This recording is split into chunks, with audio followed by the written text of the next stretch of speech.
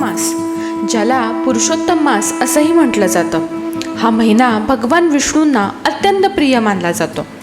2026मध्ये अधिक ज्येष्ठ मास 17 मे ते 15 जून या काळात येत आहे. या महिन्यात केलेली साधना, जप, दान आणि भक्ती अनेक पटीने फळ देते असं मानलं जातं. या काळात पहाटे लवकर उठून स्नान करावं. शक्य असल्यास गंगाजल मिसळून आपण स्नान करू शकतो. नदी किंवा तीर्थक्षेत्रालाही स्नान करणं हे विशेष महत्त्वाचं मानलं जातं. स्नानानंतर भगवान विष्णूंचं स्मरण केलं जातं.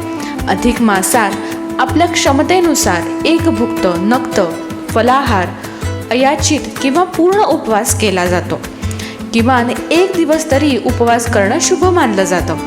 जेवताना मौन पाळणं, सात्विक आहार घेणं यालाही विशेष महत्त्व आहे.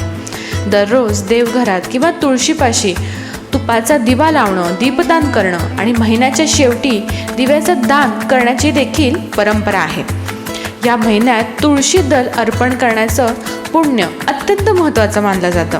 अनेक भक्त भगवान विष्णूंना 1,00,000 तुळशी दल अर्पण करण्याचा संकल्प करतात. जर तुम्हाला तुळस अर्पण करायची असेल तर तुळस कोणत्या दिवशी तोडू नये याचे देखील नियम आहेत. त्याचा एक मी शॉर्ट व्हिडिओ तयार केलेला आहे, तो व्हिडिओ तुम्ही अवश्य बघा. या महिन्यात केलेल्या पूजेचं फल अनेक पटीनं वाढतं. स्त्रियांना अखंड सौभाग्य लाभतं आणि जीवनात सुख समृद्धी येते असं देखील म्हटलं जातं.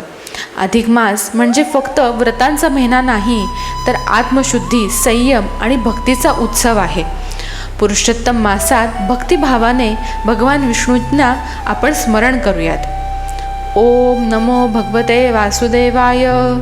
नमस्कार.